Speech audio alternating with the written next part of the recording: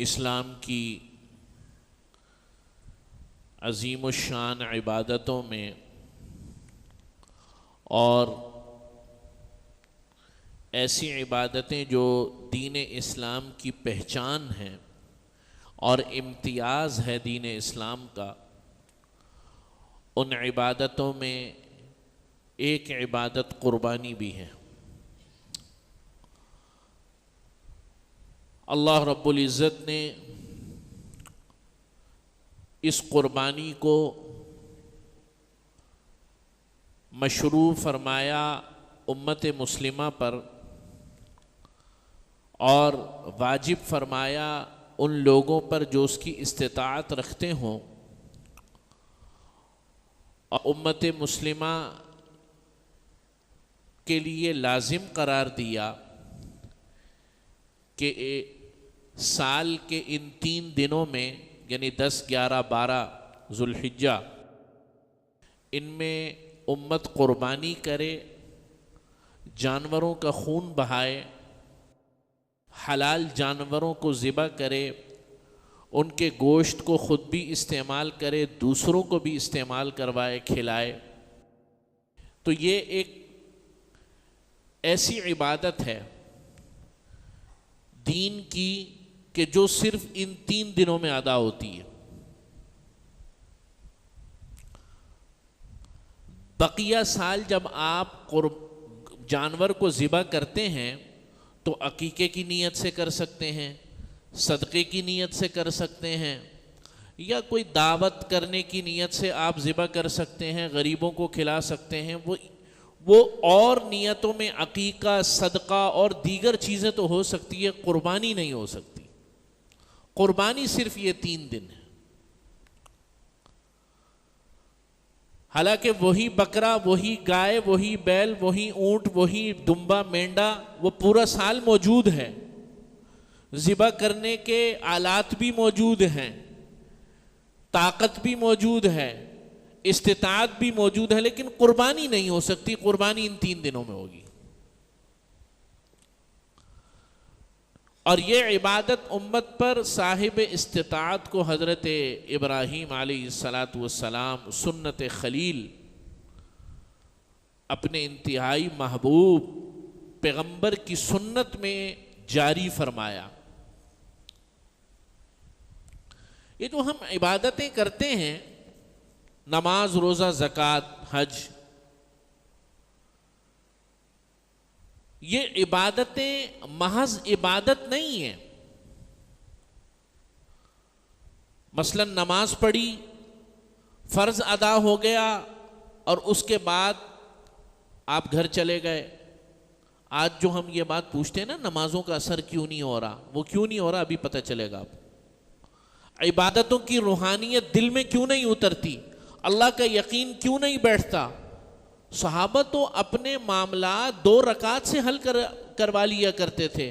صلاۃ الحاجت ان کے پاس اتنا بڑا ہتھیار تھا، پیغمبر علیہ السلام نے اتنی بڑی عظیم و شان چیز دی کہ جس کے اوپر کوئی پریشانی، اجتماعی، انفرادی، اولاد کی، مال کی، خاندان کی، عزیز و اقارب کی، مالی کوئی پریشانی، ہم دیکھتے ہیں کہ اسباب سے پہلے 2 رکعت نماز اللہ کے لیے کھڑے ہوگا اور کام ہو جائے۔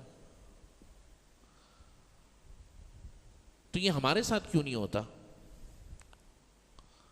عبادتوں کا جوہر ہوتا ہے، اس کا ہر عبادت کا ایک فلسفہ ہے۔ نماز کا فلسفہ یہ ہے کہ یا اللہ تجھے معبود حقیقی مانا، تجھے سب کچھ مانگا، اور تجھے ہی ہم سب کچھ مانتے اور تجھ سے ہی مانگتے ہیں، یہاں تک کہ یا اللہ ہم اپنی پیشانی کو تیرے در پر جھکا دیتے ہیں۔ یہ سب سے معزز انسان کا جو جسم کا حصہ ہے وہ یہ سر ہے کہ نہیں؟ اپنے عجز، اپنی لاچاری، اپنی محتاجگی کا اظہار کر دیتے ہیں نماز میں کہ اللہ ہم کچھ نہیں ہے. یہ ہے نماز کا فلسفہ. جب یہ بات دل میں بیٹھے گی تو نماز میں مزہ آنے لگ جائے گا, خیالات نہیں آئیں گے. پھر جب یہ بات آئے گی کہ ایک معمولی افسر کے دفتر میں جاتے ہوئے, دروازے پر جاتے ہوئے کپ کپی طاری ہو جاتی ہے, ابھی لیٹر آ جائے کہ کورٹ نے بلایا آپ کو, کوئی معاملہ ہو نہ ہو, چھوٹا ہو بڑا ہو, بھوک پیاس نیند سب اڑ جائے گا, ہے کہ نہیں؟ ابھی معلوم چل جائے مقامی ایس ایچ او نے بلایا کسی کام سے تو فکر لاحق ہو جائے گی. لیکن بادشاہوں کا بادشاہ, احکم الحاکمین, شہنشاہوں کا شہنشاہ جب اس کے دربار میں آتے ہیں ہماری یہ کیفیت نہیں ہوتی. اس کی وجہ یہ ہے کہ اس عبادت کو ادا جب ہم کرنے جا رہے ہیں اس کا فلسفہ ذہن میں نہیں ہے. کس لیے جا رہے ہیں, کس کے دربار میں جا رہے ہیں, کس لیے جا رہے ہیں, کیوں جا رہے ہیں؟ اس لیے کہ ہم نے, ہمارے ماں باپ نے پیدا ہوتے کے ساتھ ہمیں بتا دیا تم مسلمان ہو اور کوئی عبادت کے لائق نہیں ہے سوائے اللہ تعالیٰ کے, لا الہ الا اللہ محمد الرسول اللہ, اور عبادت کے لائق صرف ایک ذات ہے اللہ تعالیٰ, اور اسی سے اپنی عجز, انکساری اور محتاجگی کا اس سے اظہار کرنا ہے. تو پھر نماز میں مزہ. تو یہ نماز کا فلسفہ. اسی طرح روزے کا بھی ہے, اسی طرح حج کا بھی ہے. ایک فلسفہ قربانی کا بھی ہے. بظاہر تو قربانی کے پیچھے ایک پورا واقعہ ہے, آپ حضرات کو وہ واقعہ پتہ ہے, دہرانے کی ضرورت نہیں, سنتے رہتے ہیں, پڑھتے رہتے ہیں کہ حضرت ابراہیم خلیل علیہ السلام کو اللہ نے خواب میں حکم فرمایا بیٹے کی قربانی دو.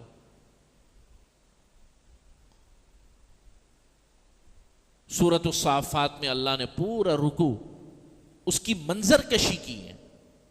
کیا کیا؟ واقعہ نہیں بتایا, میں نے لفظ استعمال کیا منظر کشی کی ہے. قرآن مجید میں بہت کم واقعات کو اللہ نے بڑی تفصیل اور اس کی چھوٹی چھوٹی جو ہے نا جزیات کے ساتھ بیان کیا ہے. جیسے حضرت یوسف کا واقعہ بڑی تفصیل سے بیان ہوا, حضرت موسیٰ کا واقعہ علیہ السلام کا واقعہ مختلف مقامات پر تفصیل سے بیان ہوا.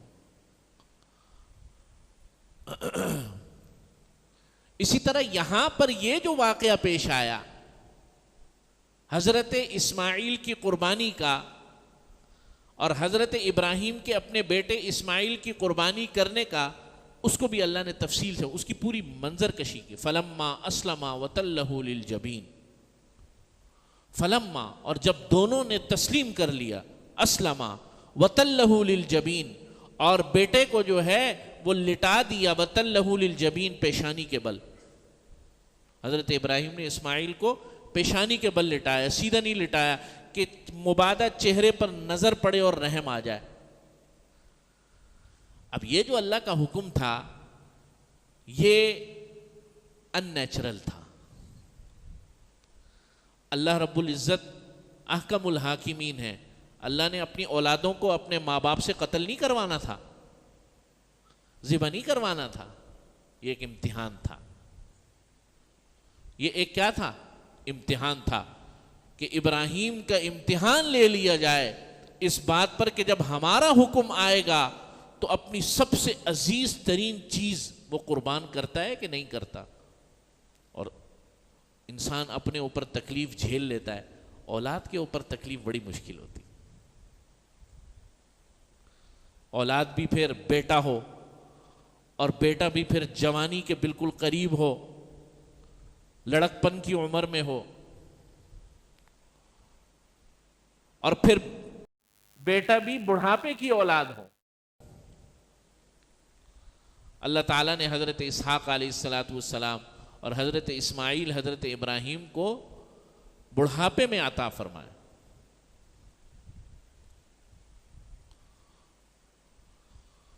تو کہنے کا مقصد یہ کہ ایک امتحان ہوا. یہ امتحان قرآن مجید نے بیان کیا واقعے کے لیے نہیں, سبق ہے ہمارے لیے کہ جب اللہ نے اس کو لازم کر دیا امت مسلمہ پر. ایک طرف حجاج کرام اسلام کی ایک عظیم الشان عبادت ادا کر رہے ہوتے ہیں، اور دوسری طرف اس حج میں کہ ایک حصے میں مسلمانان عالم کو شامل کیا جاتا ہے قربانی کی وجہ سے. اور یہ بتایا جاتا ہے کہ یہ زندگی میں دین کے لیے دنیاوی معاملات میں ایسے مراحل آتے ہیں کہ جب اللہ اور اس کے حکم کے آگے دو چیزیں کھڑی ہو جاتی ہیں. ایک طرف اللہ کا حکم ہے، ایک طرف اللہ کا حکم نہیں ہے. پھر انسان جب اللہ کے حکم پر عمل کر رہا ہوتا ہے تو کچھ چیزوں کی قربانی دینی پڑتی ہے. اب دیکھتے ہیں بندہ اس میں کس کی قربانی دیتا ہے. ہاں جی، پھر دیکھتے ہیں کہ سود کو استعمال کرے گا، سود والی راہ لے گا، یا حلال آمدنی کی طرف محنت کر کے جائے گا. ایک طرف آسان مال آ رہا ہے، سود کا مال ہے، مشقت نہیں ہے. دوسری طرف حلال مال کی طرف اللہ تعالیٰ برا رہے ہیں، تھوڑی مشقت ہے. ہو سکتا ہے ابتدا میں اللہ آزمانے کے لیے نقصان بھی ہو، ہلتا ہے انسان، ہل جاتا ہے. لیکن اللہ کو اپنی ذات، اللہ بڑی غیرت رکھتے ہیں اس شخص کے لیے کہ جو اس کی راہ میں کوشش کرتا ہے، جو اس کے لیے کچھ قربانی دینے کی جذبہ رکھتا ہے، درد رکھتا ہے. آج ہم بڑی چھوٹی چھوٹی چیزوں پر دین کو قربان کر دیتے ہیں، سب سے آخر میں دین کو، شریعت کو رکھتے ہیں، بہت چھوٹی چھوٹی چیزوں پر. بڑے معاملات تو میری تو دعا ہے کہ اللہ تعالیٰ کبھی ایسی نوبت بھی نہ آئے کہ ہمارے ایمانوں کو آزما لیا جائے. میں اور آپ اس قابل نہیں. اول تو عافیت مانگنی چاہیے، لیکن ہمارا طرز عمل یہ ہے کہ ہم تو بڑے چھوٹے چھوٹے چیزوں پر جو ہے شریعت اور دین کو جو ہے قربان کر دیتے ہیں. تو بڑے معاملات کے لیے آزمایا گیا تو کیا نہیں کھڑے رہ سکتے؟ ہماری شادیوں میں، بیاہوں میں، ہمارے مالی معاملات میں، روزمرہ کے اٹھنے اور بیٹھنے میں، اور دنیا کے طور طریقوں میں گزارنے کے، سب سے پہلے جس چیز کو ہم سائیڈ میں ہٹاتے ہیں وہ دین ہوتا ہے، وہ شریعت ہوتی ہے. تو دیکھ لیں آپ. تو یہ جو قربانی کا فلسفہ ہے حضرت ابراہیم خلیل علیہ السلام، یہ فلسفہ یہ بتاتا ہے کہ ہم نے اپنے بندے کی آزمائش لی، اور اس آزمائش میں 100/100 اس نے نمبر لیے. قیامت تک کے لیے ہم نے اس کی اس آزمائش اور اس امتحان میں کامیابی کو مخلوق خدا کے لیے راہ عمل بنا دیا، راہ ہدایت بنا دیا، ایک نمونہ بنا دیا. اس لیے تم بھی اگر ہمارے آگے چیزوں کی قربانی دے دو گے تو ہم تمہاری ان چیزوں کی قربانی کو ضائع نہیں کریں گے. ہم بھی جو ہے انتہائی قدر کرنے والی ذات ہے اللہ کی. وما قدر اللہ حق قدری والارض جميعا قبضته يوم القیامہ والسماوات مطویات بیمینی. اللہ قرآن مجید میں شکوہ فرما رہے ہیں، وما قدر اللہ حق قدری، اور اللہ کی قدر نہیں کی قدر کرنے والوں نے. شکوہ ہوتا ہے نا، ماں باپ جیسے شکوہ نہیں کرتے. کبھی کبھی ماں باپ بھی اولاد سے شکوہ کرتے ہیں، بیٹا تم نے تو پوچھا ہی نہیں ہمیں، اور ان کا کرنا بنتا ہے. بیٹا پوچھا ہی نہیں، باپ بیمار ہے، ماں بیمار ہے، تم نے پوچھنے کی بھی زحمت نہیں کی. کرتے ہیں نا شکوہ. اللہ نے بھی شکوہ کیا، وما قدر اللہ حق قدری، اور اللہ کی قدر نہیں کی تم لوگوں نے. قدر کر کے تو دیکھو، اپنی خواہشات پر آرے چلا کر تو دیکھو. آج بے حیائی، بے شرمی کا بازار گرم ہے، کوئی روکنے ٹوکنے والا نہیں، نہ گھروں کے بڑے، نہ جناب ملنے والے، بس سب کچھ چل رہا ہے. نہ کوئی روکنے والا نہ ٹوکنے والا، امر بالمعروف و نہی عن المنکر کا یہ جو کام تھا جو اس امت کے ذمے لگایا گیا تھا، فوت ہو گیا۔ نبی علیہ الصلاۃ والسلام نے، صحابہ نے قربانیاں دی۔ یہ جو دین ہم تک پہنچا ہے، یہ قربانی، وہی جو میں بات شروع میں نے کی، یہ صرف جانور پر چھری پھیرنے کا نام نہیں ہے۔ حضرت مصعب بن عمیر رضی اللہ تعالیٰ عنہ بڑے جلیل القدر صحابی ہیں اور سابقون الاولون میں ہیں۔ کس میں؟ یعنی جو مکہ مکرمہ میں نبی کریم صلی اللہ علیہ وسلم پر شروع میں ایمان لانے والے جو لوگ تھے ان میں ہیں مصعب بن عمیر۔ دولت کی فراوانی تھی، نوجوان، انتہائی خوبصورت اور کڑیل جسم۔ روایات میں آتا ہے جس گلی سے مصعب بن عمیر گزرتے تھے لوگوں کو پتہ چل جاتا تھا مصعب عرب کی سب سے مہنگی ترین عطر اور خوشبو استعمال کرتے تھے۔ جس گلی سے گزرتے تھے لوگوں کو پتہ چل جاتا تھا مصعب گزرا۔ ایسی شاہانہ زندگی گزاری، نبی صلی اللہ علیہ وسلم پر ایمان لے کر آئے۔ ماں باپ نے جو ہے مال سے اور ہر چیز سے گھر سے بے دخل کر دیا، یہ سوچتے ہوئے کہ بڑے ناز و نام میں پلا ہے، ممی ڈیڈی بچہ ہے نا آج کل کی زبان میں، تو ناز و نام میں پلا ہے، 2-3 دن میں دماغ ٹھکانے آ جائے گا۔ لیکن انہوں نے بھی جام رسول اللہ کا پیا تھا، اس کا جو نشہ ہے وہ کہاں اترنے والا ہے۔ چنانچہ آپ صلی اللہ علیہ وسلم بڑی تکالیف برداشت کی، بہت تشدد برداشت کیا، ایمان نہیں چھوڑا، یہاں تک کہ ہجرت کا موقع آ گیا اور ہجرت کر کے مدینہ چلے گئے۔ اصل واقعہ اب ہے بتانے والا۔ احد میں شہید ہو گئے، احد میں شہید ہو گئے۔ نبی کریم صلی اللہ علیہ وسلم نے جب احد میں شہداء کو جمع کیا اور شہداء کو جب دیکھنے لگے، 70 صحابہ اکرام شہید ہوئے۔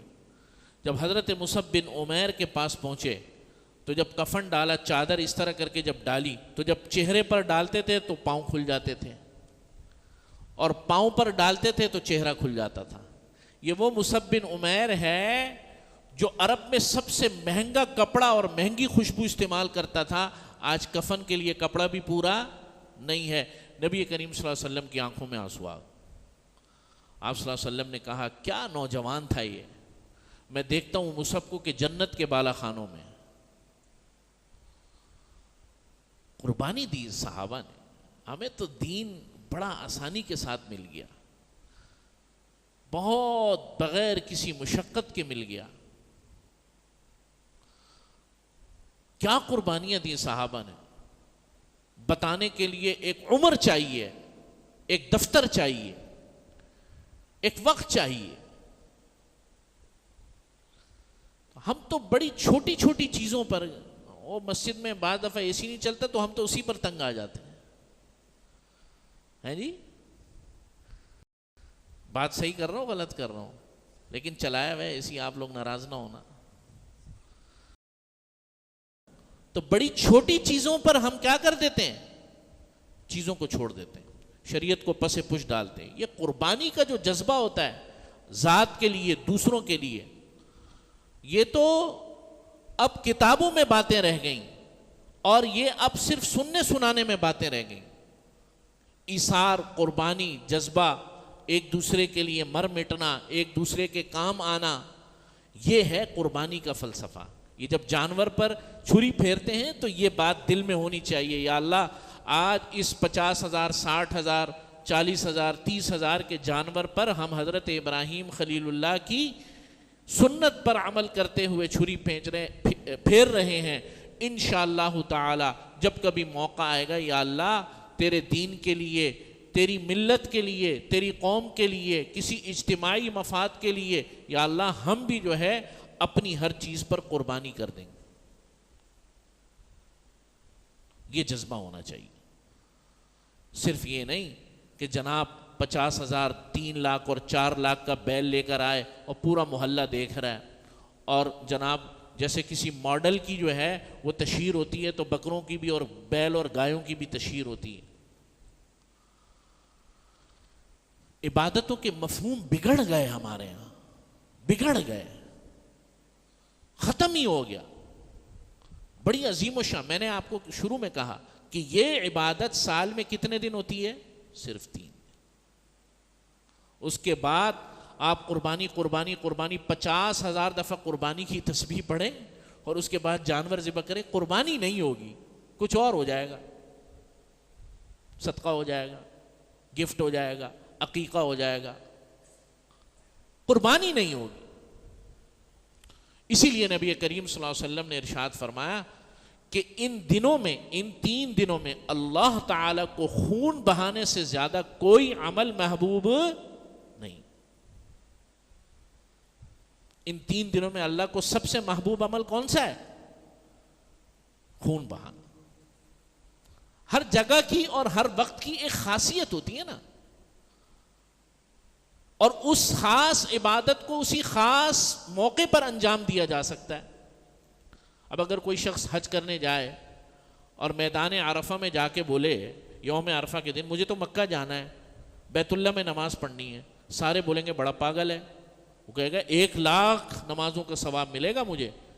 تو سارے اس کو بولیں گے بھائی اس وقت سب سے بڑا ثواب یہاں پر ہے، اس وقت بیت اللہ میں کوئی ثواب نہیں ہے. یعنی جو لوگ حج پر نہیں گئے ان کے لیے تو ہے، لیکن تو حج پر ہے، تیرے لیے سارا ثواب یہاں رکھا ہے ان 5 دنوں میں.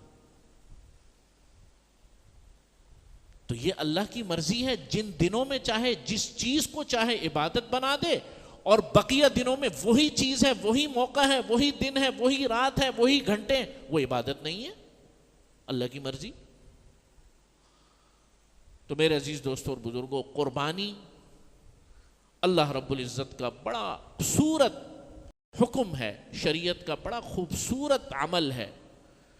اس عمل کی روح حاصل کرنی چاہیے، اور وہ روح یہ ہے کہ جس طرح حضرت ابراہیم نے اپنی شہوات، اپنی خواہشات کو اللہ کے حکم کے آگے قربان کر دیا، یا اللہ ہم بھی اس قابل ہو جائیں کہ چھوٹی چھوٹی خواہشات کو دین شریعت کے لیے قربان کرنے کی ہمیں بھی قوت اور توفیق ملنا شروع ہو جائے. اللہ سے دعائیں ہم سب کو توفیق عمل نصیب فرمائے. اگلے 2 ہفتے انشاءاللہ میں نہیں ہوں گا، سفر حج ہے، آپ حضرات بھی دعا فرمائیے گا، میں بھی دعا گو رہوں گا.